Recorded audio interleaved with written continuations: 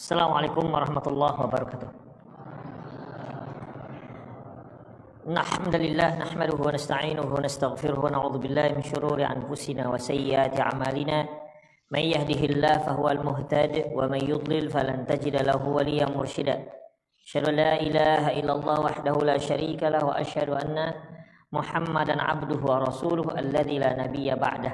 Wa qala Allah subhanahu wa ta'ala ya ayyuhalladzina amanu taqullaha haqqa tuqatih wa la tamutunna illa wa antum muslimun.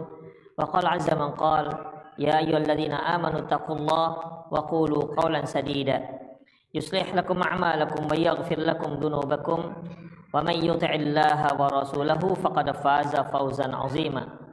Ya ayyuhan nasu taqu rabbakumul ladzi khalaqakum min nafsin wahidah wa khalaqa minha zawjaha wa batha minhuma rijalan katsiran wa nisaa'a wattaqullaha alladzi tasaaluna bihi wal arham innallaha kana 'alaikum raqiba. Amma ba'du, nastaqal hadithi kitabullah wa khairal hadi hadi Muhammad sallallahu alaihi wasallam wa syarrul umur muhdatsatuha wa kullu muhdatsatin bid'ah wa kullu bid'atin dhalalah wa kullu dhalalatin finnar. Ikhwati wa akhwat azallahu wa iyyakum, kita masih di bab ke-23 yaitu maja'a fis sihr, yang berbicara tentang sihir. Kita sudah bicarakan beberapa hal, poin-poin terkait dengan yang sering dibicarakan oleh para ulama tentang sihir. Kita masuk pada dalil yang ketiga yang kemarin belum selesai kita bahas, di mana hadis diriwayatkan dari Abu Hurairah radhiyallahu anhu, qala Rasulullah sallallahu alaihi wasallam, beliau sallallahu alaihi wasallam bersabda, ijtanibu sab'a mubiqat, jauhilah kalian tentang dari 7 hal yang membuat kalian binasa.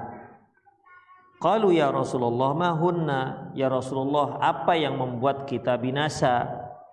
Qala syirku billahi, syirik kepada Allah, wasihir, sihir, wa qatlun nafsil lati haramallahu illa bil haq, dan membunuh seseorang yang diharamkan oleh Allah kecuali dengan alasan yang benar.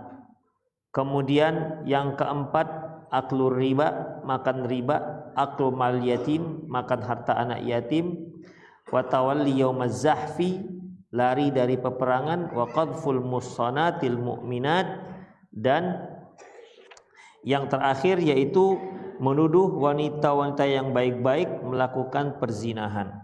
Kita sudah bahas 3 hal, yaitu tentang syirik, sihir, dan membunuh orang lain. Kita masuk pada yang dosa yang keempat yang membinasakan bagi pelakunya, yaitu aklur riba. Ikhwah, kita sudah paham, sudah sering kita dengar tentang masalah pembahasan riba, di mana riba ini satu perkara yang termasuk dalam dosa-dosa besar dan mubiqat, membuat binasa. Makanya banyak kita lihat orang-orang yang masih berkecimpung dalam riba, dia bukan malah berkembang, tapi malah semakin merosot, malah semakin rugi. Dan memang ini merupakan satu aktivitas yang diharamkan oleh Allah Subhanahu wa taala. Bahkan bukan hanya prakteknya, semua pendukung-pendukungnya juga diharamkan. Makanya Rasulullah pernah mengatakan la'anallahu riba, Allah melaknat riba, akiluha, yang menerima riba, wa mukiluha, yang memberikan riba, syahiduha, yang bersaksi, ya, yang menjadi saksi terhadap riba tersebut, wa katibuha, dan yang menulisnya. Perlu sini catatan, yang menyaksikannya. Ada pernah seorang bapak-bapak dari Sulawesi bertanya, kalau kita melihat ada praktek riba, kita menyaksikan, kenapa kita berdosa? Karena kan di sini sebutkan yang menyaksikannya. Di sana ada, misalnya antum pergi ke bank, mau transfer. Di sana ada orang minjam segala macam, antum saksikan aktivitas itu. Apakah termasuk laknat? Menyaksikan enggak? Ya? Nah, itu gimana jadinya? Berarti nggak boleh masuk ke sana. Ikhwah, yang dimaksud menyaksikan di sini bukan melihat, tetapi yang berperan sebagai saksi. Itu dia. Misalnya ada yang melakukan praktek riba, antum sebagai saksi. Yang menuliskannya itu yang dimaksud, yang disebut dengan saksi. Demikian ikhwah. Padahal saksi ini kan tidak makan uang riba. Yang menulis juga tidak demikian. Tapi ternyata mereka berdua mendapatkan laknat yang sama. Tukang parkirnya gimana? Dia tahu nih, ini adalah sebuah kantor yang melakukan praktek riba. Dia yang jaga parkirnya. Kalau ada yang masuk, mundur Pak, biar nyaman Bapak. Gimana? Tukang parkirnya, satpamnya, gimana? Yang buatkan WC-nya. Ikhwah, ada satu perkara yang dia itu terkait langsung. Seperti tadi, yang menulis kan langsung terkait. Yang bersaksi itu terkait langsung. Demikian ikhwah, azallahu wa iyyakum. Tapi yang ojek yang mengantarkannya, demikian. Ini kan satu yang tidak terkait langsung. Demikian ikhwah, rahimani Allah wa iyyakum. Taib, di sini Rasulullah mengatakan aklur riba, makan riba. Muncul pertanyaan, minum riba gimana? Kan selalu disebutkan aklur riba, makan riba. Kalau uang riba itu dibelinya untuk beli sirup, beli mandi misalnya, teh manis dingin, boleh nggak? Di sini kan makan. Atau dia nggak makan, dia gunakan uang itu untuk apa ikhwah? Untuk bangun rumah, untuk beli kendaraan. Ada orang makan rumah, ada orang makan kendaraan, tidak ada. Tapi selalu disebutkan aklur riba, makan riba. Jadi gimana jadinya? Ada yang bisa jawab? Ya.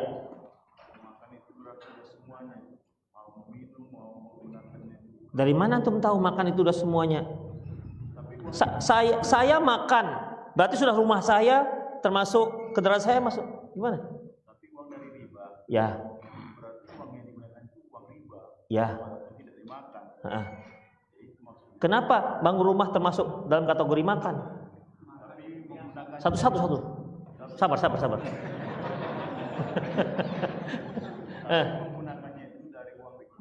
Jadi makan riba itu menggunakan uang riba gitu artinya. Nggak ada bahasa Arab al-aklu maksudnya menggunakan tuh nggak ada. Dari uang riba. Iya. Kenapa disebutkan akal, makan?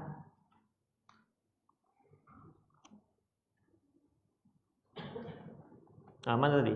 Pak Amir. Silakan Pak Amir. Oh. Lebar, ya. Iya. Saya mengerti maksud antum tuh mengerti, tapi yang lain mungkin nggak mengerti. Dan saya berusaha untuk mengerti. Mudahnya begini, ikhwah. Kebutuhan pokok kita ada berapa? 3 ya, intinya. Apa itu? Sandang, pangan, papan. Dari sandang, pangan, papan, yang terpenting dari 3 ini apa? Papan, mangan, ya, makan. Artinya kalau antum punya duit, hanya bisa imma untuk beli makan, atau beli pakaian, atau untuk tempat tinggal. Yang kita pertama lakukan apa? Ya terpenting tuh makan. Demikian. Terpenting makan. Ngapain dia pakai baju kemudian mati? Karena nggak makan. Tapi kalau dia makan nggak mati, nggak punya pakaian, masih bisa dia berusaha untuk cari pakaian. Artinya apa ikhwah? Aklur riba, memakan riba, karena kebutuhan primer manusia itu memakannya. Demikian, makannya. Ada nggak orang makan nggak minum?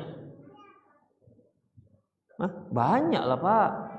Antum beli kerupuk di pinggir jalan, Beli bonbon kan nggak pakai minum, ya kan?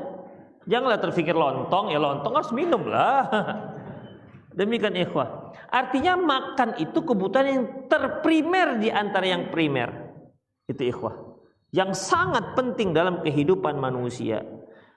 Untuk yang paling primer itu saja itu diharamkan, apalagi yang primernya tingkat 2 atau tingkat 3. Itu maksudnya. Jadi ini yang disebut dengan bahasa fikih qiyas aulawi. Qiyas aulawi itu yang begini saja nggak dibolehkan, apalagi yang begitu. Begitu. Jadi qiyas aulawi. Misalnya lagi qiyas aulawi. Fala taqul lahuma uffin. Janganlah kalian mengatakan kepada orang tua kalian ya kan? Oke, nggak boleh. Kalau ini kalau dikatakan, nak tolong belikan mama gula ya. Kan gitu ya. Nggak boleh. Jingkangnya gimana? Mama ya, ciat gitu gimana? Menjingkangnya gimana? Meetingnya gimana? Lebih tak boleh gitu. Artinya saja itu nggak dibolehkan, apalagi sampai memukul, apalagi sampai menendang, itu lebih parah lagi. Itu namanya qiyas aulawi. Demikian ikhwah rahimallah. Taib. Kalau begini, nak tolong belikan mama gula ya. Enggak bilang dia lebih. Nak beli gula ya. Iya enggak, juga enggak. Termasuk dibolehkan apa enggak? Enggak ada bilang dia, tapi diam aja. Pura-pura budak gitu lah kira-kira. Dosa apa enggak dia? Tapi enggak ada bilang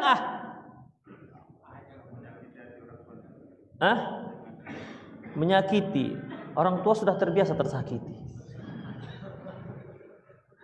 Demikian. Jadi itu juga sebuah simbol. Karena apa? Karena dalam bahasa Arab untuk menunjukkan ketidaksukaan itu yang paling sedikit bahasanya adalah ucapan Karena kalau itu susah nulisnya. Apa itu tulisannya? Demikian, itu diantaranya. Jadi aklu riba karena makan itu suatu hal yang paling penting. Bahkan dengan makan ini ya, orang bisa yang haram menjadi halal. Di saat dia harus berjuang untuk menyelamatkan nyawanya dari kematian, boleh dia makan benda-benda yang haram. Itulah ikhwah. Itu satu. Yang kedua, kenapa dikatakan makan? Pada umumnya orang menggunakan harta mereka itu untuk makan. Pada umumnya. Makanyalah di dalam riba ini selalu disebutkan makan riba. Jadi bukan berarti kalau seandainya makan haram, kalau minum tidak. Kalau beli kendaraan dengan uang riba tidak masalah, karena nggak dimakan. Bukan berarti kalau beli rumah dari uang riba tak apa-apa. Itu satu kekeliruan. Demikian ikhwah rahimanallah wa iyyakum. Jadi riba ini merupakan perkara yang sangat dilarang oleh syariat. Allah Subhanahu wa taala firman dalam surat Al-Baqarah ayat 278, ya ayyuhalladzina amanu taqullaha wa dharu ma baqiya minar riba. Wahai orang beriman, bertakwalah kalian kepada Allah dan tinggalkan sisa-sisa riba kalian. In kuntum mu'minin, jika memang kalian itu beriman. Fa in lam taf'alu, kalau kalian tidak mau, fa'dzanu biharbin minallahi wa rasulih. Fa'dzanu, i'dzanu itu umumkan. Fa'dzanu biharbin minallahi wa rasulih.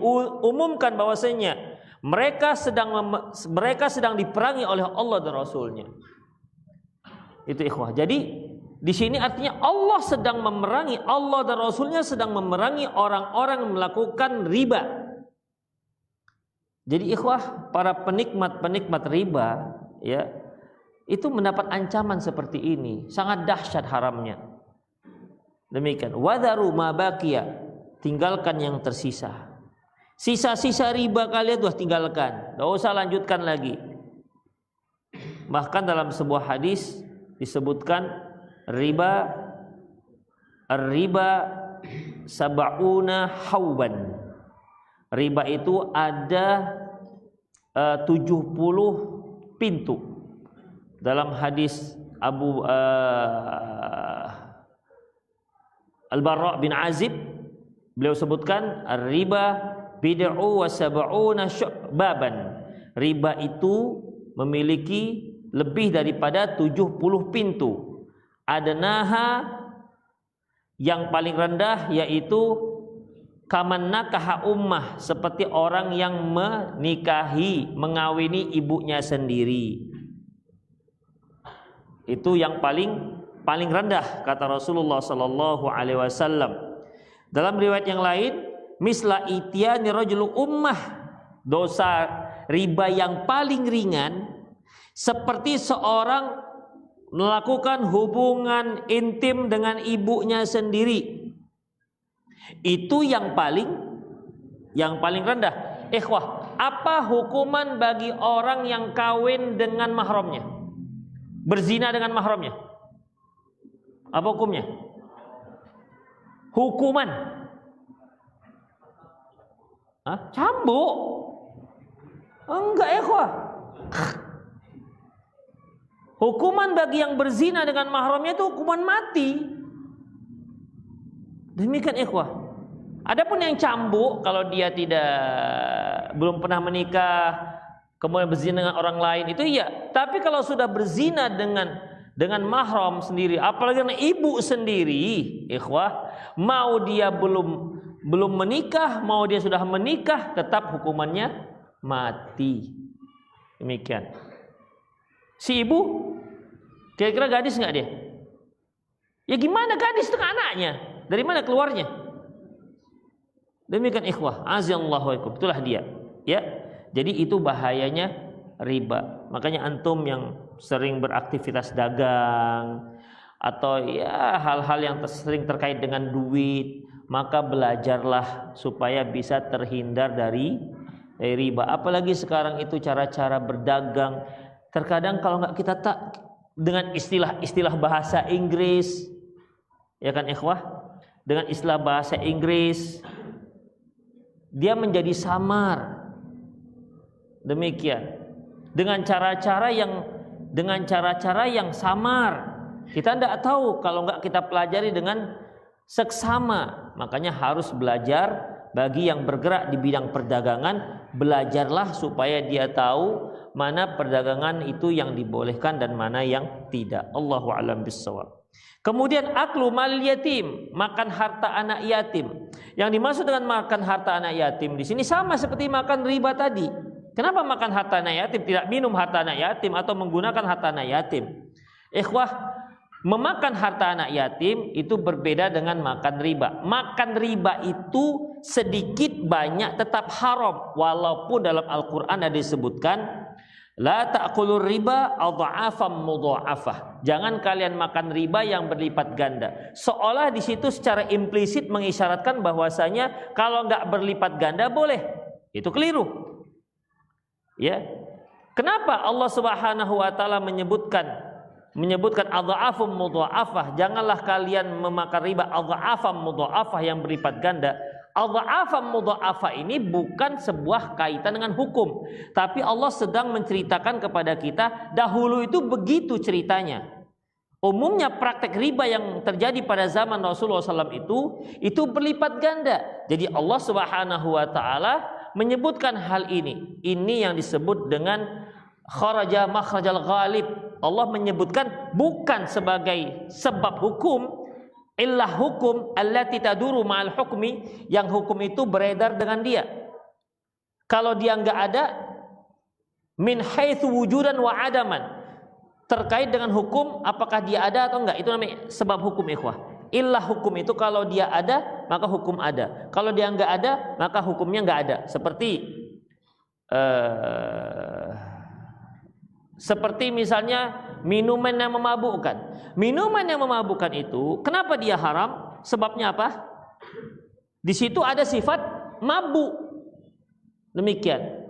Itu illah, sebab hukum. Makanya Rasulullah katakan kullu muskirin qaliluhu wa katsiru haram. semua yang memabukkan sedikit ataupun banyak itu hukumnya haram. Demikian ikhwah. Jadi bagaimana kalau dia minum tapi nggak mabuk? Tetap haram. Karena dikatakan minuman yang memabukkan sedikit banyak tetap haram. Jadi bukan kalau dia harus mabuk dulu baru haram. Kalau tak mabuk tak haram. Orang yang sudah dari kecil minum tua 3 ceret baru mabuk, ikhwan. Iya, demikian. Karena sudah terbiasa. Itulah dia. Jadi perkara ini, ikhwah, itu sebab hukum. Tapi adha'afun mudha'afah yang berlipat ganda itu tidak terkait dengan hukum. Hanya disebutkan sebagai sesuatu yang sering terjadi di tengah-tengah masyarakat pada waktu itu. Jadi disebutkan oleh Allah. Bukan berarti bisa jadikan sebab hukum dan diambil mafhum mukhalafah. Apabila dia berlipat ganda nggak boleh, kalau nggak berlipat ganda boleh gitu? Enggak bisa. Karena apa? Karena Allah Subhanahu wa taala sudah sebutkan secara mutlak, wa ahallallahu al-bai'a wa harrama riba. Allah halalkan jual beli dan haramkan riba. Titik, mutlak riba itu diharamkan. Demikian ikhwah. Dahulu orang-orang Yahudi mengatakan innamal bai'u mithlur riba. Sesungguhnya jual beli itu sama seperti riba. Kalau kita beli buku 100.000, kita jual 150.000, untunglah kita 50.000. Itu namanya jual beli, untung, ya kan? Kita punya duit 1 juta uang 100-an, kemudian kita mau tukar dengan uang recehan. Akhirnya tukarannya bukan 1 juta, tapi 950.000, berkurang 50.000. Itu keuntungan bagi orang yang punya uang recehan. Maka ini riba, nggak boleh. Ya, nggak boleh. Itulah ikhwah. Jadi kan sama-sama untung. Jual beli ini untung, ini juga untung. Apalah bedanya? Toh sama-sama untung. Untung yang di sini dijual beli beda dengan untung yang di riba. Demikian ikhwah rahimanallah wa iyyakum. Ya. Baik, demikian juga halnya kalau riba mutlak nggak boleh. Tapi kalau makan hartanya yatim mutlak nggak boleh. Misalnya begini. Seorang ibu punya anak 2. Seorang ibu punya anak 2, masih kecil. Meninggal suaminya. Suaminya meninggalkan harta mungkin sekitar 3 atau 4 miliar. Udah. Untuk si ibu berapa dapatnya? Seperberapa? 1/8 karena punya anak. Anaknya 2, anak sepasang. Laki-laki perempuan, anaknya dapat berapa? Sisanya kasihkan ke anak semua. Ibunya dapat 1/8 karena punya anak, sisanya kepada anak. Baik, sekarang anak ini masih kecil yang belum balik. Anak yatim enggak namanya? Anak yatim. Baik. Apakah si ibu dikatakan sedang pelihara anak yatim? Padahal anaknya sendiri?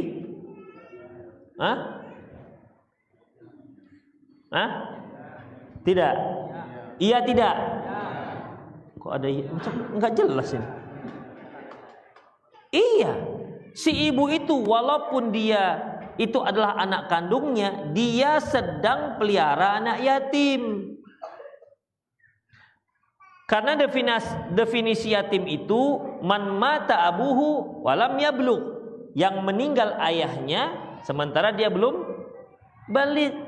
Jadi kalau ada yang minta sedekah, Pak, anak yatim tengok jenggotnya udah panjang. Enggak anak yatim itu, bapak yatim sudah. Demikian, anak yatim itu dia harus sebelum balik. Si ibu ini sebenarnya kalau dia berusaha segala macam, dia sedang memelihara anak yatim. Gimana dengan uang anak yatim ini? Boleh nggak dipakai ibunya? Ibunya kan 1/8. Kita permudah saja, ya kita permudah. Uang yang ditinggalkan 8 miliar. Si ibu dapat 1 miliar. Anak-anak dapat 7 miliar. Boleh nggak si ibu makan dari uang yang 7 miliar ini? Loh, tapi ini aklul mal yatim, nggak boleh makan harta anak yatim. Kalau anak belum balik, udah balik nggak boleh? Karena nggak makan anak yatim lagi, udah makan harta bapak yatim gitu. Ikhwah, posisinya beda. Makan riba dengan makan harta anak yatim. Kalau riba mutlak sama sekali nggak boleh. Kalau makan harta anak yatim, ini yang dilarang bukan memakannya, tapi menggunakannya, memboroskannya. Itu yang nggak boleh. Kalau dia pelihara anak yatim ini, dia kan juga punya waktu dan seterusnya. Dia juga punya membutuhkan sesuatu untuk melihara. Sementara dia juga butuh makan dan minum. Boleh, silakan dia makan dan minum dari harta anak yatim itu, tetapi yang sewajarnya. Itu ikhwah. Ya, sewajarnya. Demikian. Jangan sampai karena dilihatnya anaknya ini uangnya 7 miliar, akhirnya sarapan di Holiko, makan siang di Ebong, cari yang 100 cepek-cepek di atas semua untuk daerah kota Medan. Demikian ikhwah. Akhirnya satu hari untuk makan si ibunya saja 400.000 misalnya, untuk makan si ibunya aja. Ini pemborosan. Demikian ikhwah, pemborosan. Kalau uangnya sendiri silahkan, jangan dipakai uang anak yatim. Tapi kalau dia menggunakannya untuk makan dia, untuk makan si ibu, ya sekedarnya. Ya beli lontong semencirim kan masih ada yang 3.500 kan? Demikian. Boleh silahkan. Oke lah, tambah telur lah, masa polos gitu aja kan, biar ada rasa sedikit pakai telur. Pakai telur berapa? Kok naik kan 3.500 pakai telur unta. Demikian ikhwah. Jadi boleh silakan, itu yang wajar namanya. Itu yang wajar. Demikian ikhwah. Jadi beda hukum haramnya makan harta anak yatim dengan haramnya riba. Riba itu mutlak nggak boleh, sedikit pun nggak boleh. Tapi makan harta anak yatim, selama yang memelihara anak yatim tersebut masih mengambilnya dengan wajar, maka masih dibolehkan. Tapi kalau mengambilnya di luar kewajaran, maka disitulah letak haramnya makan harta anak yatim. Hanya saja kalau dia berhati-hati untuk tidak makannya sama sekali, maka itu akan lebih afdol. Demikian ikhwah rahimanallahu wa iyyakum. Kemudian sabda Nabi SAW yang berikutnya, tawalli yauma zahfi, kabur dari medan pertempuran. Ya, kabur dari medan pertempuran. Ikhwah azallahu wa iyyakum, kabur dari medan pertempuran karena takut itu haram hukumnya dalam Islam. Ya, kecuali dia mundur untuk menyusun taktik yang baru. Dia mundur bergabung dengan kelompok pasukan yang lain yang akan maju kembali, itu dibolehkan. Tapi ketika berperang nampak musuh kemudian lari tunggang langgang, maka ini hukumnya haram. Ini yang disebut dengan tawalli yaumaz zahfi, lari dari medan pertempuran. Allah Subhanahu wa ta'ala firman dalam surah Al-Anfal ayat 15-16, ya ayyuhalladzina amanu idza laqitumul ladzina kafaru zahfa, wahai orang yang beriman, apabila kamu bertemu dengan orang-orang kafir yang sedang menyerangmu, fala tuwalluhumul adbar, maka janganlah kamu mundur ke belakang. Wa may yuwallihim yauma idzin duburahu, barang siapa yang pada waktu itu kabur, illa mutaharrifan liqital au mutahaizan ilal fi'ah, kecuali kalau dia berbelok untuk siasat berikutnya atau bergabung dengan pasukan lain, faqad ba'a bighadabin minallah, berarti orang tersebut telah layak mendapatkan kemurkaan Allah. Jadi begini ikhwah, jangan kalian mundur.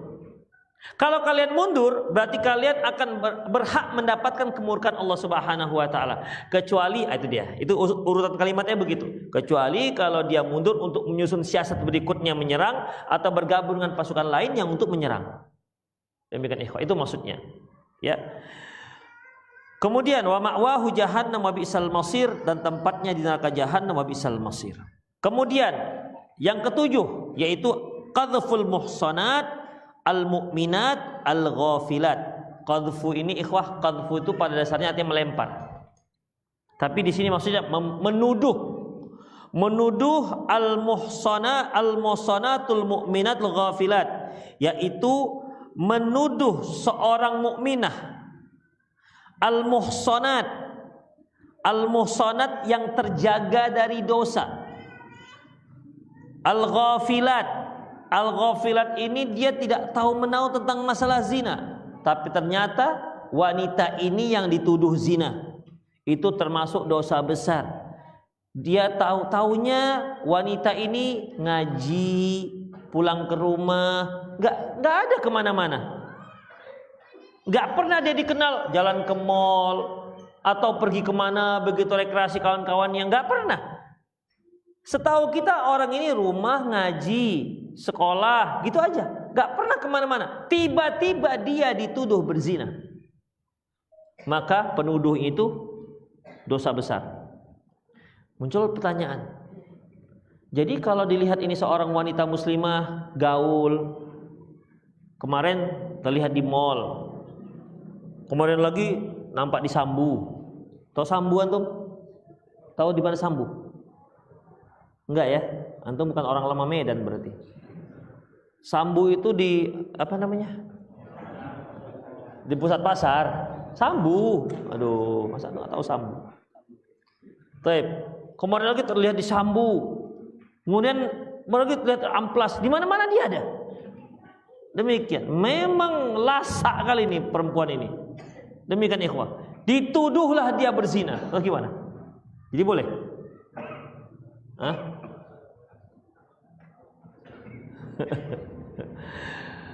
Ikhwah rahimanallahu iyyakum. Pada dasarnya enggak boleh menuduh seperti itu. Tapi menuduh berzina wanita seperti tadi.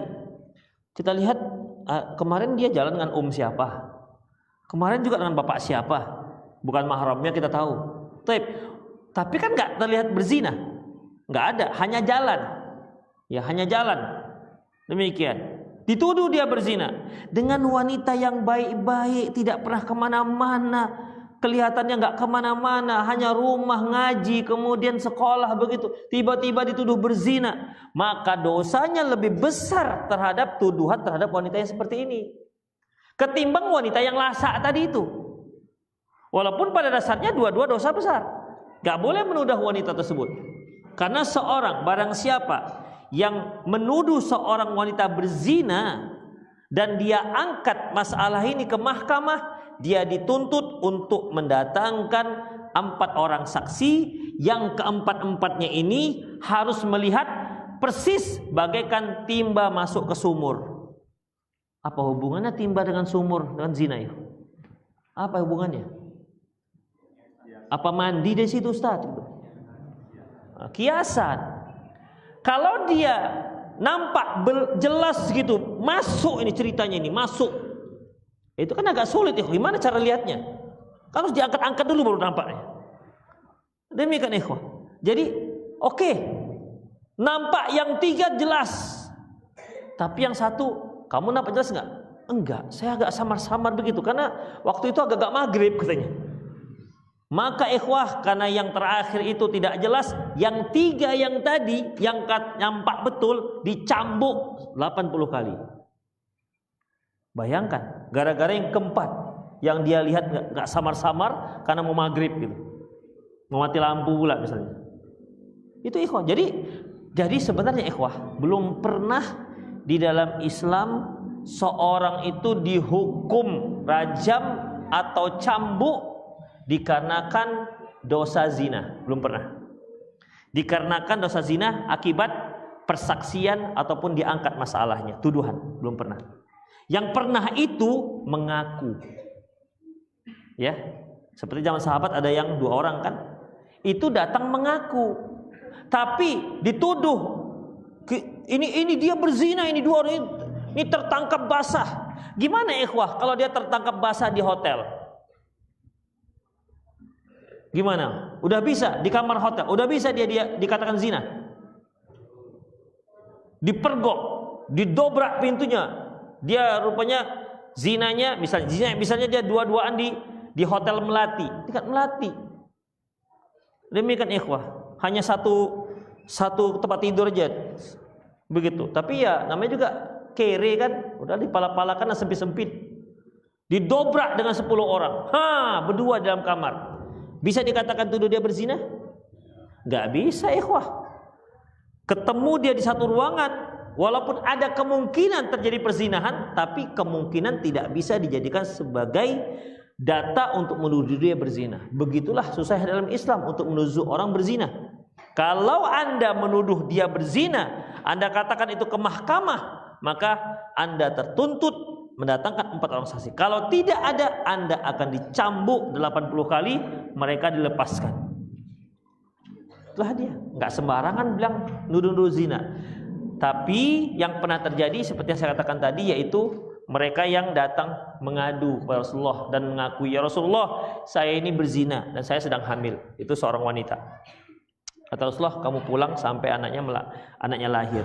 Kalau sudah lahir, datang lagi kemari. Datang dia, ya Rasulullah, saya sudah melahirkan. Silahkan dihukum rajam. Kemudian kata Rasulullah, kamu pulang, susui dulu. Nanti kalau sudah dia bisa makan, bawa kemari. Dah tak berapa lama kemudian dia bawa anaknya sudah pegang roti, yang menandakan bahwasanya anaknya sudah tidak nyusu lagi. Lantas Rasulullah umumkan pada sahabat, siapa yang mau mengasuh anak ini. Setelah ada seorang sahabat yang mau mengasuh, barulah Rasulullah ikat wanita ini dan dirajam. Demikian ikhwah. Ada yang laki-laki, Ma'iz namanya. Dia seperti itu, mengaku, ya Rasulullah, saya berzina Rasulullah. Akhirnya Rasulullah SAW menyuruh sahabat untuk merajam dia. Ketika dia dirajam, ikhwah, sakit dia rasa, lari. Ternyata sahabat tadi lari, dia dikejar, diambil tulang unta, dilempar dia dengan tulang unta dan mati dia kena lempar tulang unta. Lantas diceritakan kepada Rasulullah, ya Rasulullah, tadi dia begini-begini, dia lari, akhirnya kami kejar dan kami lemparkan tulang unta, akhirnya dia mati. Apa kata Rasulullah? Kenapa nggak kalian biarkan saja? Biarkan saja dia. Dia kan datangnya mengaku tadi itu, mengaku dia sudah berzina. Dia mengaku, udah seharusnya kalian biarkan saja, biarkan dia pergi, biar bertobat, semoga Allah Subhanahu wa taala mengabulkan taubatnya. Demikian ikhwah. Jadi kalau ada seorang yang pernah berzina, nggak usah sok-sok lah ngelapor Keplor. Pak Keplor, awak berzina, rajamlah. Nggak ada itu. Ya. Udah banyak-banyak saja bertobat kepada Allah Subhanahu wa taala, karena negara kita tidak ada menerapkan hukum rajam. Tak ada. Jadi kemudian apa? Rahasiakan. Jangan cerita-cerita. Parahnya orang-orang kita ini, ikhwah, sudah zina cerita tadi malam, 3 trip. Ngapain ente cerita? Kalau ente diam saja, Allah akan rahasiakan. Ini ceritakan. Ikhwah, orang yang berbuat dosa kemudian dia rahasiakan dosa itu, dibandingkan orang yang berbuat dosa kemudian diceritakan dosa tersebut, lebih besar dosa yang kedua.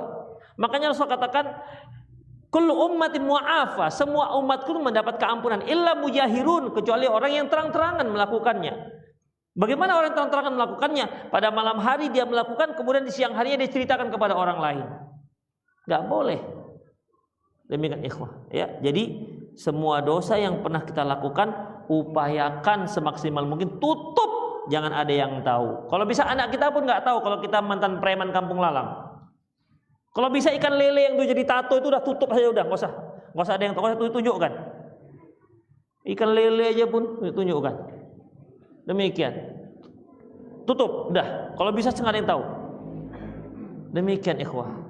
Kecuali kalau memang ada perlunya. Misalnya kita dulu pernah merokok, kita lihat anak muda, aduh kamu kenapa merokok? Nah, iya om, rasanya kalau merokok itu gimana gitu, rasanya wibawa begitu, macam obat nyamuk gitu kan. Demikian, ya. Jadi begitu merokok terasa itu seperti yang iklan-iklan itu, lomba lari dengan harimau, gitu. Nggak ada hubungan rokok dengan harimau.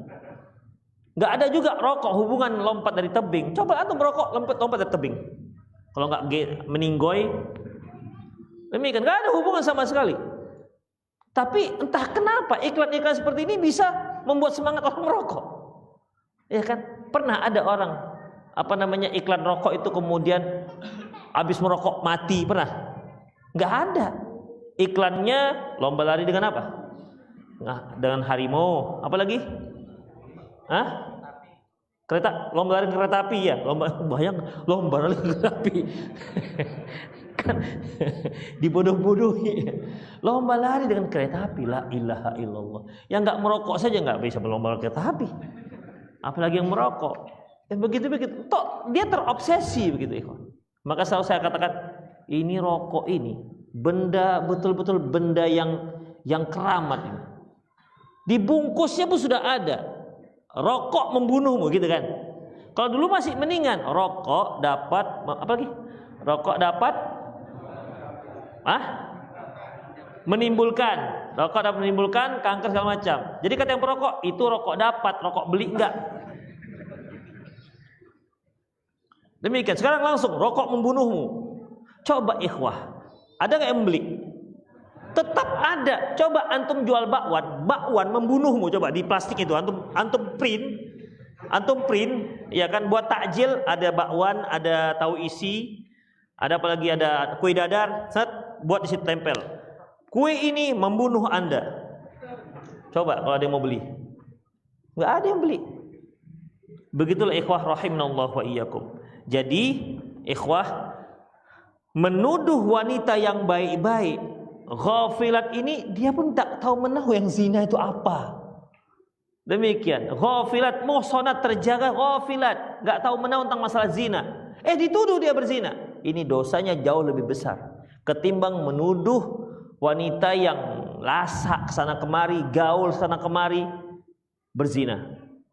Demikian ikhwah. Bukan berarti boleh ya. Bukan berarti boleh. Tapi menuduh wanita-wanita yang seperti ini, yang baik-baik, dituduh berzina, itu jauh lebih besar dosanya. Itulah ikhwah rahimanallahu wa iyyakum. Kemudian selanjutnya, dalil yang keempat, haddus sahir darbatun bisayf. Hukuman tukang sihir yaitu penggal kepalanya dengan pedang. Tapi di sini disebutkan hadisnya marfu. Rasulullah yang berkata, yang sahih bukan perkataan Rasulullah tapi perkataan Umar bin Khattab. Ya, yang sahih dia perkataan Umar bin Khattab, di mana dari Bajalah bin Abdah berkata, kata Umar bin Khattab menulis, ani qutulu kulla sahirin wa sahiratin, bunuh semua laki-laki penyihir dan perempuan penyihir. Qala faqatalna thalathata sawahir, dan kami pun akhirnya membunuh 3 orang tukang sihir. Demikian ikhwah azallahu wa iyyakum. Para ulama berbeda pendapat tentang masalah hukum membunuh ini. Ada yang menyebutkan bunuh mutlak, siapapun tukang sihirnya, apapun medianya, ya, maka dia dibunuh. Ada yang mengatakan enggak, tengok jenis sihirnya. Kalau jenis sihirnya menggunakan jin setan, dibunuh. Kalau enggak, maka enggak. Ada sihir menggunakan enggak setan. Dia menggunakan preman misalnya. Itu bukan tukang sihir. Itu geng, ketua geng namanya, bukan tukang sihir. Kalau sihir itu umumnya menggunakan setan. Kemudian yang ketiga, dikembalikan kepada keputusan pemerintah. Kalau pemerintah mengatakan bunuh, kalau enggak ya enggak. Tapi yang rajih bahwasanya hukum bunuh bagi tukang sihir ini adalah mutlak. Ya, mutlak. Itu ikhwah. Dan tidak ada dispensasi. Ya, tidak dispensasi. Kalau jelas dia tukang sihir, bunuh. Ikat, penggal kepalanya. Begitulah hukuman dalam Islam. Itulah ikhwah, semoga bermanfaat. Ada yang mau bertanya silahkan. Atau di 0813 600 661 silahkan. Ya.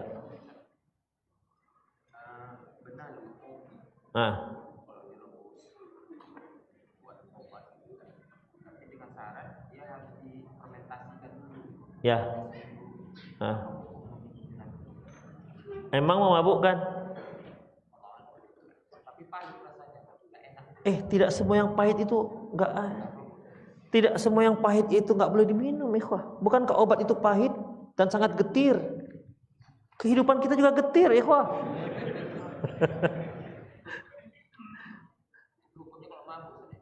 Iya, itu kaitan dengan mabuk. Kalau pahit, antum tahu sambiloto? Tahu sambiloto? Jangan iya aja, pernah lihat enggak? Sambiloto itu apa ya, ikhwah? Pahit. Itu biasa digunakan kalau anak-anak suka ini, apa namanya? ngempeng jari, taruhkan sambiloto. Pahit dia nggak jadi. Itu getahnya Masya Allah sambiloto, pahitnya luar biasa. Demikian. Jadi kalau dia pahit tidak masalah. Tapi kalau dia memabukkan, difermentasi dan memabukkan, tidak semua fermentasi itu haram, ikhwah. Ya, tidak semua fermentasi itu haram. Ada fermentasi yang diharamkan, nira difermentasi, boleh nggak diminum? Itu tua namanya. Itu tua namanya. Itu namanya tua. Demikian ikhwah. Ada nggak yang difermentasi nggak haram? Tapi yogurt, apa lagi? Tempe, itu kan fermentasi. Apa namanya? Roti? Roti gimana? Roti ada fermentasi, ikhwah. Dia setelah diadon dibiarkan dulu mengembang. Demikian. Kalau jus gimana? Antum buat jus dibiarkan 3 minggu.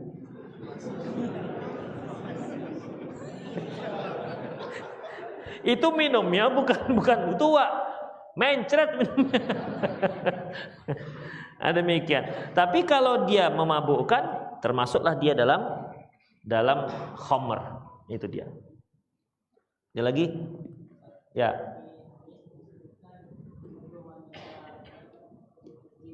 Ya. Ya.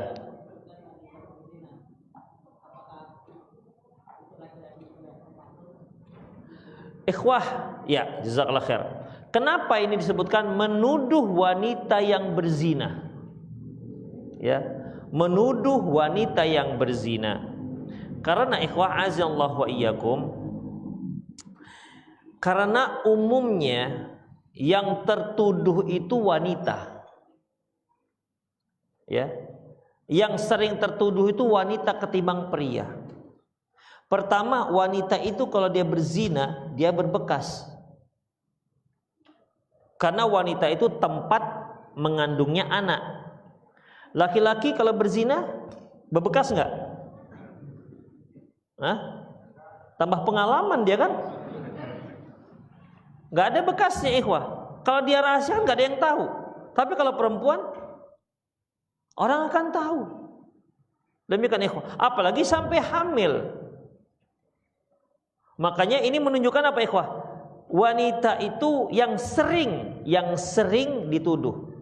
Sama seperti durhaka terhadap ibu. Kan yang sering disebutkan itu durhaka kepada ibu. Memang boleh durhaka kepada orang tua? Kepada ayah? Gak boleh. Tapi kenapa selalu disebut ibu? Kadang-kadang disebutkan kedua orang tua, kadang-kadang disebutkan ibu. Tapi nggak pernah disebutkan durhaka kepada ayah sendiri tuh. Saya belum tahu pernah ada baca itu. Tapi kalau durhaka kepada ibu ada dan banyak disebut dalam hadis. Kenapa demikian ikhwah? Karena umumnya anak itu durhaka dengan ibunya. Makanya kalau kita lihat kisah-kisah legenda Sampuraga, dia durhaka dengan siapa? Ibunya. Maling kundang anak durhako. Itu siapa yang didurhakainya? Ibunya. Batu belah, batu bertangkup. Semua ibunya. Nggak ada bapaknya. Padahal kalau durhaka dengan bapak juga kena. Iya itu ikhwan. Jadi karena umumnya yang durhaka itu kepada ibu. Kenapa anak jarang durhaka kepada ayah? Coba. Cobalah. Makanya anak durhaka dengan ayahnya, bisa ayah berantem dengan anaknya. Kau macam-macam kok berantem kita, bisa begitu. Kalau ibu mana bisa, kan nangis dia. Itu ikhwah rahimanallah. Waktu kecil okelah dia dikejar-kejar pakai sapu. Udah besar berani ibu mengejar pakai sapu? Gak berani. Taib, anak laki-laki durhaka dengan ayahnya, bisa nggak mereka berantem? Bisa. Apalagi bangsa ayah kreak juga kan? Kau jangan macam-macam bapak.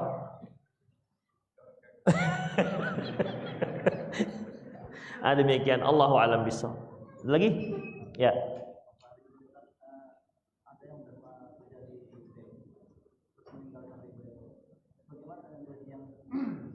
Ya sudah ada. Oke. Ikhwan gini, dia pekerja bank.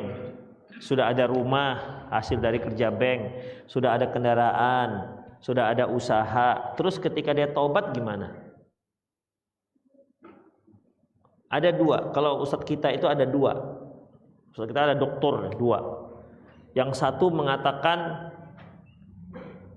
infakkan semua, keluarkan semua, kecuali yang penting-penting saja, untuk tempat tinggal sekedarnya, untuk makan sekedarnya. Yang satu lagi berpendapat boleh. Saya cenderung kepada yang pendapat kedua. Kenapa demikian seperti ini? Dasarnya, apabila ada orang Nasrani, dia toke, dia pedagang ekspor impor babi. Oh, dia Nasrani kan, ekspor impor babi, dan dia agen tua terbesar Sumatera Utara, dan juga sebagai agen narkoba. Intinya semua yang dia usahakan itu haram. Tapi dia Nasrani. Kemudian dia taubat, masuk Islam. Dia punya rumah 3, Alphard 6, misalnya begitu kan. Gimana jadinya? Halal nggak dia gunakan rumah itu? Dia masuk Islam nih. Hah? Halal, sah, jadi punya dia.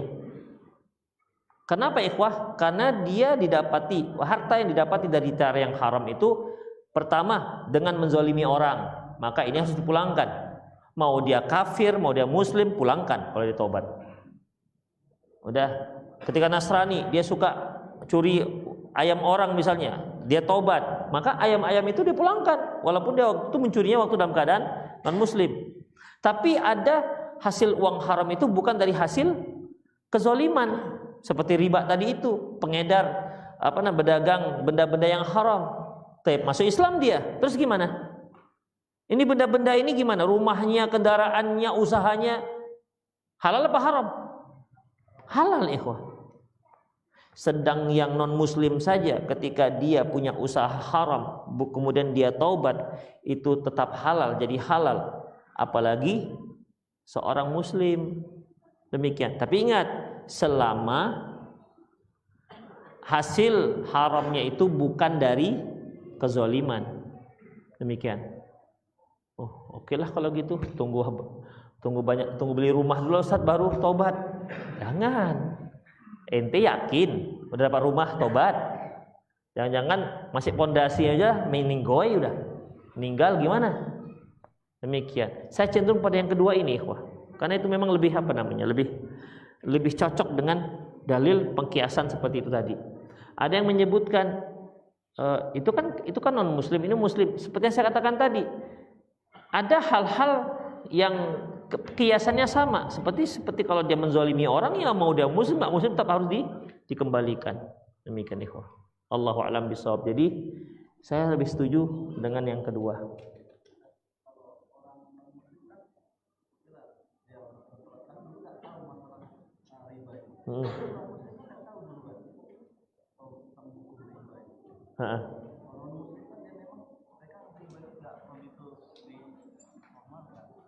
Jadi ya, kalau dia nggak tahu, dah punya rumah 3, baru tahu hijrah dia, tapi udah rumah 3 nih. Satu-satu lah. Kok ada kedua?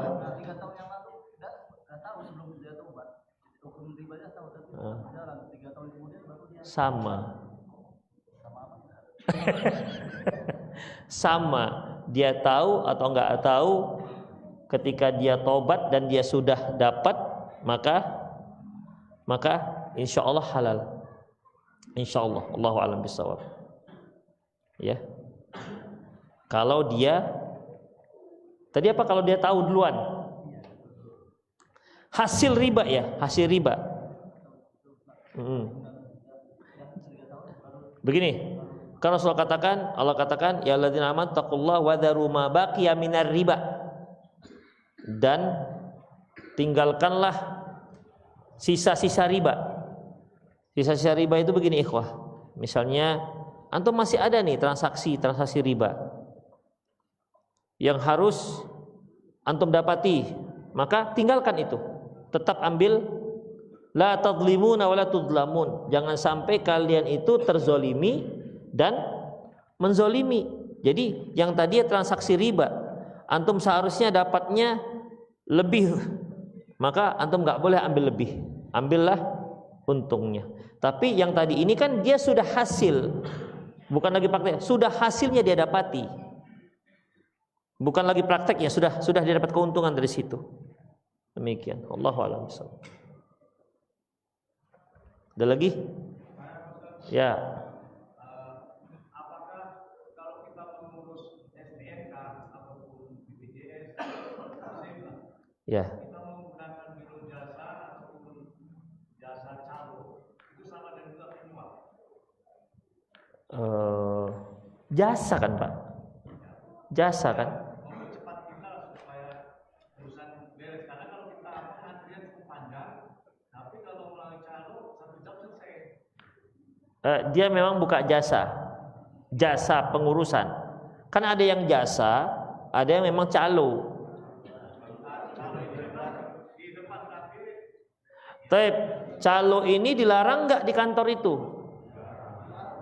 Kalau dilarang nggak boleh. Tapi dilarangnya itu di spanduknya aja, wah di bawahnya banyak calo sih. Itu kita repotnya. Jangan jejer. Di sini calo sampingnya polisi, calo samping polisi. Demikian. Jadi ikhwah rahimanallah wa iyyakum, menggunakan jasa-jasa seperti itu, dia kan menggunakan jasanya itu jasa yang halal, insya Allah. Terkecuali kalau sampai dia menzolimi orang lain, ya. Kan di Indonesia ini tetap setiap pengurusannya ada jalan pintas, ada jalan berkelok-kelok.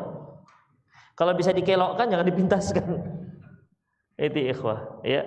Jadi kalau jasa-jasa seperti itu dan dia diakui oleh pemerintah misalnya, atau yang calo-calo walaupun namanya calo, tapi dia diakui oleh pihak yang mengurus itu, insya Allah nggak apa-apa, karena dia tidak dikatakan riswah, itu jasa dia. Beda halnya kalau kita memberikan kepada si petugas. Misalnya saya petugas nih, petugas yang ngurus, saya sudah digaji dengan ngurus itu. Tapi ada yang saya dahulukan, kenapa? Karena saya dapat duit.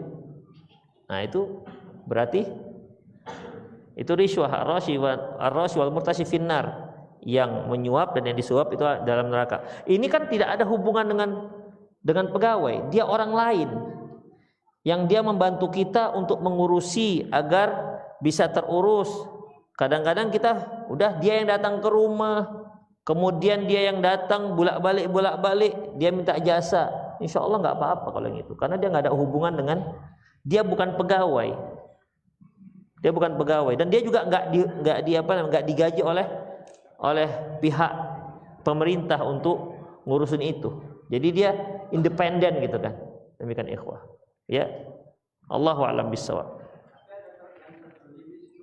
Apa itu Pak? Ada yang terzolimi dengan calo itu. Siapa yang terzolimi? Ada yang datang duluan, nggak pakai calo. Kemudian yang di belakang pakai calo duluan dia. Apakah terzolimi? Biasanya nggak pakai calo itu ada petugas, ada sendiri yang dia calo, atau ada main ringkas, ada petugas sendiri, ada cara sendiri dia. Ini tetap bergulir, tapi ini tetap bergulir juga, ada cara cepat. Coba Bapak nanti ke dalam, coba tanya-tanya. Ini tetap jalan ini. Jadi ini ketika dia ngurus, ini bukan stop, ini jalan, tapi ini kencang dia. Demikian juga dikarenakan ada ordal. Iya, ada ordal. Saya pernah ngurus ganti plat.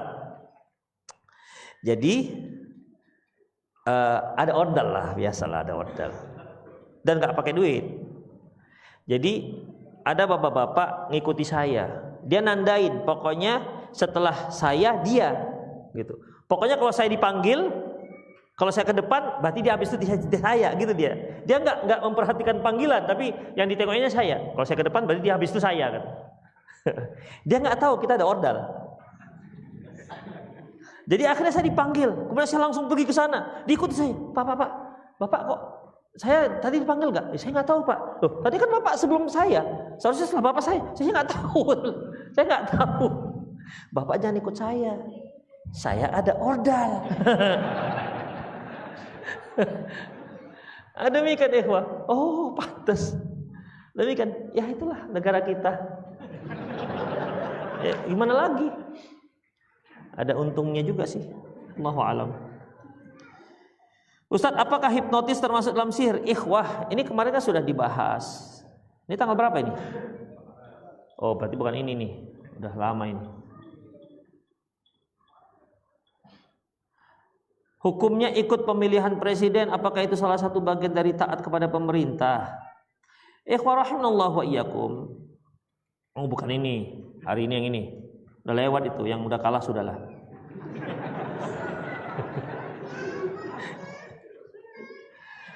Apa boleh korban 1 ekor kambing tapi untuk seluruh keluarga karena cuma itu kemampuannya, dan apakah jadi wajib bagi istri memiliki penghasilan untuk korban walaupun suami sudah korban? Gini ikhwah, Rasulullah sallallahu alaihi wasallam ketika berkorban dia katakan bismillahi Allahu akbar Allahumma min hadza anni wa min ahli, ya Allah ini dariku dan untuk keluargaku. Jadi artinya satu korban itu untuk satu keluarga, dengan maksud kalau ada satu keluarga itu satu orang sudah berkorban, maka yang lain tidak ada hukumnya lagi. Begitu ikhwah. Ya, walaupun semua sanggup. Misalnya saya berkorban, istri saya sanggup korban, tapi karena dia satu keluarga, nggak korban juga nggak apa-apa. Anak saya juga sanggup korban, tapi nggak korban juga nggak apa-apa, karena saya sudah berkorban. Kapan dikatakan itu satu keluarga? Para ulama menyebutkan, disebutkan Syekh Utsaimin, demikian juga disebutkan oleh Lajnah Dakwah di Medan, Lajnah Dakwah di Saudi. Syaratnya pertama yaitu mereka itu tinggal dalam satu naungan. Yang kedua, mereka ada hubungan kerabat. Yang ketiga, mereka semua berada dalam dalam nafkah yang sama, satu orang. Itu ikhwah. Jadi misalnya dia kepala rumah tangga, dalam satu rumah, ibunya dia nafkahi, pamannya dia menafkahi, satu rumah, maka dia dikatakan satu keluarga. Jadi tadi apa tadi? 3 tadi. Pertama, satu rumah. Yang kedua, ada hubungan kerabat. Yang ketiga, di bawah satu nafkah. Itu ikhwah. Itu yang dikatakan yang termasuk dalam ini. Jadi kalau seandainya salah seorang dari satu keluarga itu ada yang sudah korban, yang lain tidak lagi harus untuk berkorban. Tapi kalau berkorban semua boleh, istri korban, suami korban, anak korban, pembantu korban, masya Allah kaya. Demikian, pembantu 3 korban semua. Demikian, maka dibolehkan karena boleh seorang itu berkorban lebih daripada 1 jatah. Sapi 7 orang. Dia katakan saya sendiri sapi. Boleh kan? Rasulullah pernah berkorban dengan 100 ekor unta. Padahal 1 ekor unta itu untuk berapa orang? Ayo. Hah? Satu ekor itu 10. 1 ekor unta itu 8 untuk 7 orang sampai 10 orang. Itu ikhwah. Kalau untuk 1 unta. Demikian. Allahu a'lam. Ada yang langsung? Ya.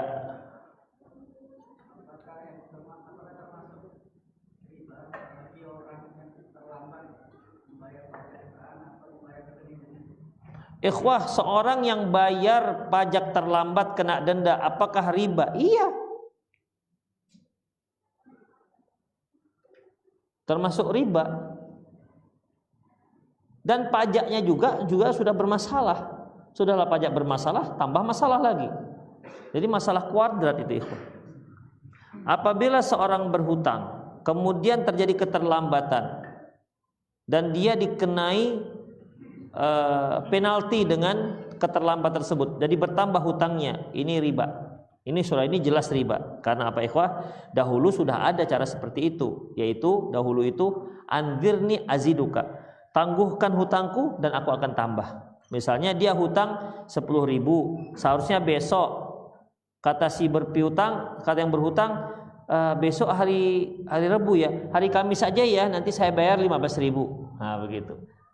Itu dia ikhwah. Jadi itu termasuk riba. Bagaimana kalau dia pajak, bayar pajak? Ikhwah, pada dasarnya kan pajak itu tidak ada dalam Islam, ya, tidak ada dalam Islam. Namun kalau terlambat maka dia kena denda lagi seperti kita STNK segala macam. Maka ya sama, posisinya sama. Terus kalau gitu kita nggak usah bayar pajak Ustadz. Silakan kalau antum bisa. Mobil tak usah bayar pajak, rumah tak usah bayar pajak. Nanti kalau ada polisi, ya cari-cari lorong-lorong aja, lorong-lorong gitu. Coba tes, nggak percaya. Coba demikian. Kalau bisa, ya. Jadi ikhwah nggak bisa. Jadi gimana? Ya harus bayar. Kalau nggak antum nggak bisa naik kendaraan. Kalau tidak bisa naik kendaraan. Gimana dengan pajak bumi dan bangunan? Sama. Karena itu semua nanti jadi satu kesatuan. Antum ngurus apa-apa tengok, nggak bayar pajak. Antum ngurus kartu keluarga, nah ini nggak bayar pajak. Selesaikan dulu nih baru dapat kartu keluarga. Gitu-gitu ikhwah. Jadi dia jadikan satu kesatuan terkait. Demikian. Allahu a'lam. Ustadz, bolehkah mengkonsumsi obat Cina yang tidak ada label halalnya di BPOM obat Cina? Jadi maksud obat Cina ini apa? Obat untuk orang Cina? Obat apa? Definisikan dulu obat Cina ini. Obat buatan Cina. Ya. Udah betul ya? Obat buatan orang Cina. Obat Cina. Iya, oke, obat tradisional Cina. Kalau dia orang Cina, tapi dia buat dari rumput-rumput, dari jahe. Obat Cina enggak? Cina juga. Berarti dengan orangnya gitu kan. Jadi kalau orang buat jamu orang Cina, jamu Cina. Gitu. Jadi ikhwanya bukan masalah Cina enggak Cinanya. Demikian. Kalau di sana ada unsur yang diharamkan, misalnya ada khamrnya, maka enggak boleh. Tapi kalau obat Cina itu ginseng campur akar ilalang, apalagi diolahnya misalnya, dan kita tahu tidak ada di situ yang haram, boleh silakan. Demikian. Walaupun dia adalah orang Jawa, kita tahu tetangga dia buat diracik, tapi tetap dimasukkan satu loki tua, tetap saja jamu haram. Walaupun yang buat orang Jawa. Jadi masalahnya bukan Cina nggak Cina, bukan Cindo nggak Cindo, tahu Cindo? Cina Indonesia. Demikian ikhwah. Jadi permasalahannya itu bukan masalah LP POM nggak LP POM-nya. Pada dasarnya, ikhwah antum beli bakwan di Mencirim ini ada LP POM-nya. Coba tengok ada label halalnya.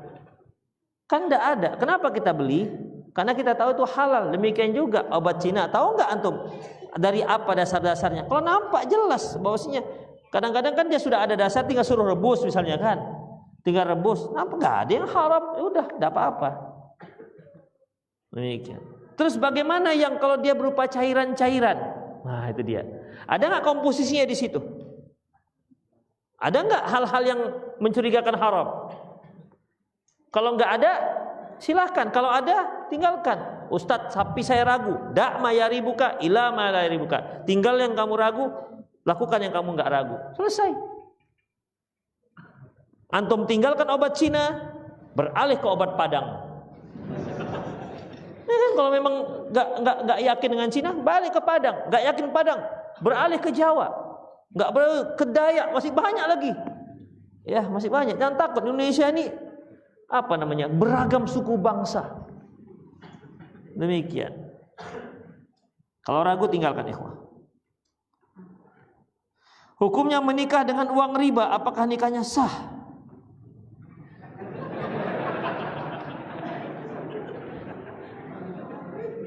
Kenapa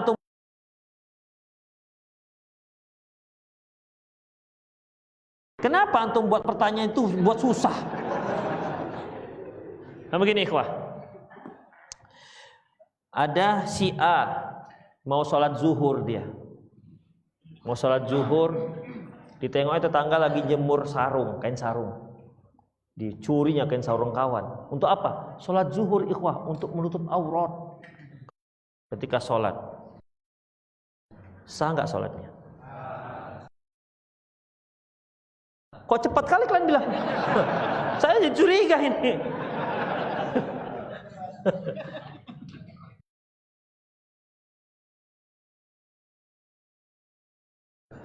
Demikian ikhwah. Allahu a'lam, memang para ulama berbeda pendapat, tapi saya cenderung pada sah. Karena apa? Karena sah itu ikhwah, sah itu kan yang terpenting memenuhi syarat dan sahnya salat. Sahlah dia. Masalah terima nggak terima kan kita nggak tahu. Demikian. Seperti misalnya puasa. Ketika Rasulullah katakan kam min shaimin laisa lahu min nasibin illal ju'i wal atas. Berapa banyak orang yang berpuasa tidak dapat apa-apa kecuali lapar dan dahaga. Tapi ingat, di situ Rasulullah mengatakan berapa banyak orang berpuasa. Berarti puasanya sah, diakui, tapi tak dapat apa-apa. Ya,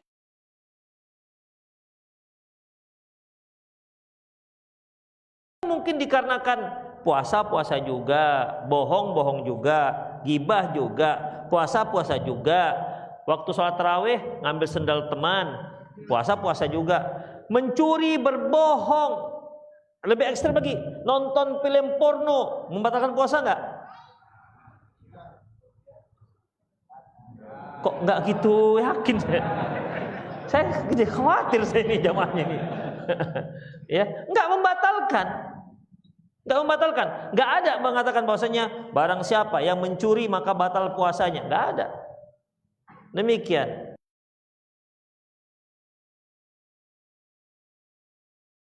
Barang siapa nonton film porno batal puasa, nggak ada.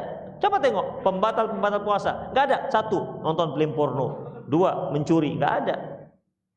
Demikian ikhwah. Ya, puasanya sah, tapi itulah dia tidak ada gunanya. Demikian ikhwah azzallakum. Jadi sama seperti itu. Artinya Allahu a'lam, ya, Allahu a'lam. Salatnya sah, karena syarat sah salat apa ikhwah?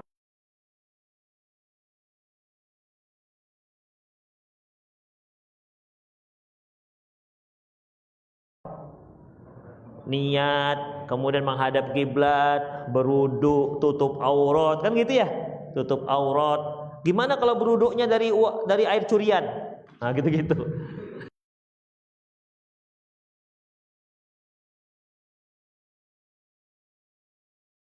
Air curian. Jadi ada aqua orang diambil curi itu wudu. Kan soleh kali masalahnya. Demikian juga rukunnya udah takbir semua sampai salam sudah sah, tapi mengenai nilainya Allahu a'lam.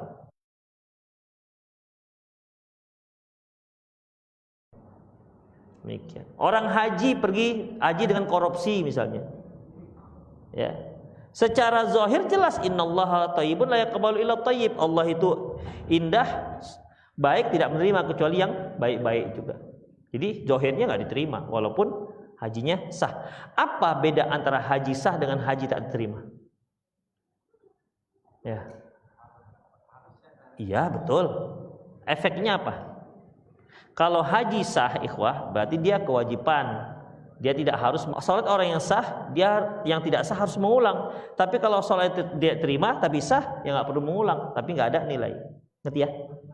Talib ikhwah sudah lewat. Demikian semoga bermanfaat. Aku qouli hadza wa astaghfirullah li wa lakum wa lisal muslimin innahu wal ghafurur rahim. Subhanallah wa bihamdik. Tadi hukum nikah dengan orang riba tadi gimana?